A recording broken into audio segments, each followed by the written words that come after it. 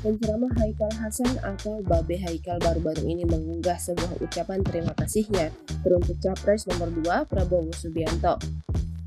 Haikal mengaku bantuan dari Prabowo ini merupakan modal yang penting untuk kemenangan Anies Baswedan sebagai Gubernur DKI Jakarta periode 2017 hingga 2022, mengalahkan Basuki Cahayapurnama dan Agus Harimurti Yudhoyono.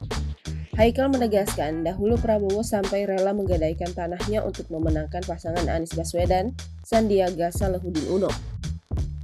Walau terlambat, saya mau mengucapkan terima kasih kepada Pak Prabowo Subianto di mana Pak Prabowo pernah menggadaikan tanah pribadinya untuk mengusung dan membantu Pak Anies jadi gubernur.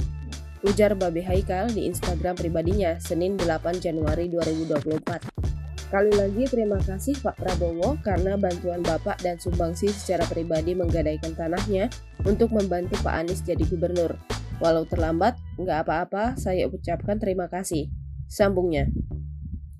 Sontak saja unggahan video terima kasih Haikal Hasan di akun Instagramnya @haikalhasan_quote langsung mendapat berbagai reaksi dari netizen.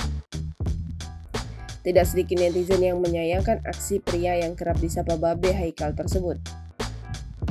Ya, tanahnya 340.000 hektar, gadai ratusan meter mah nggak berasa lah.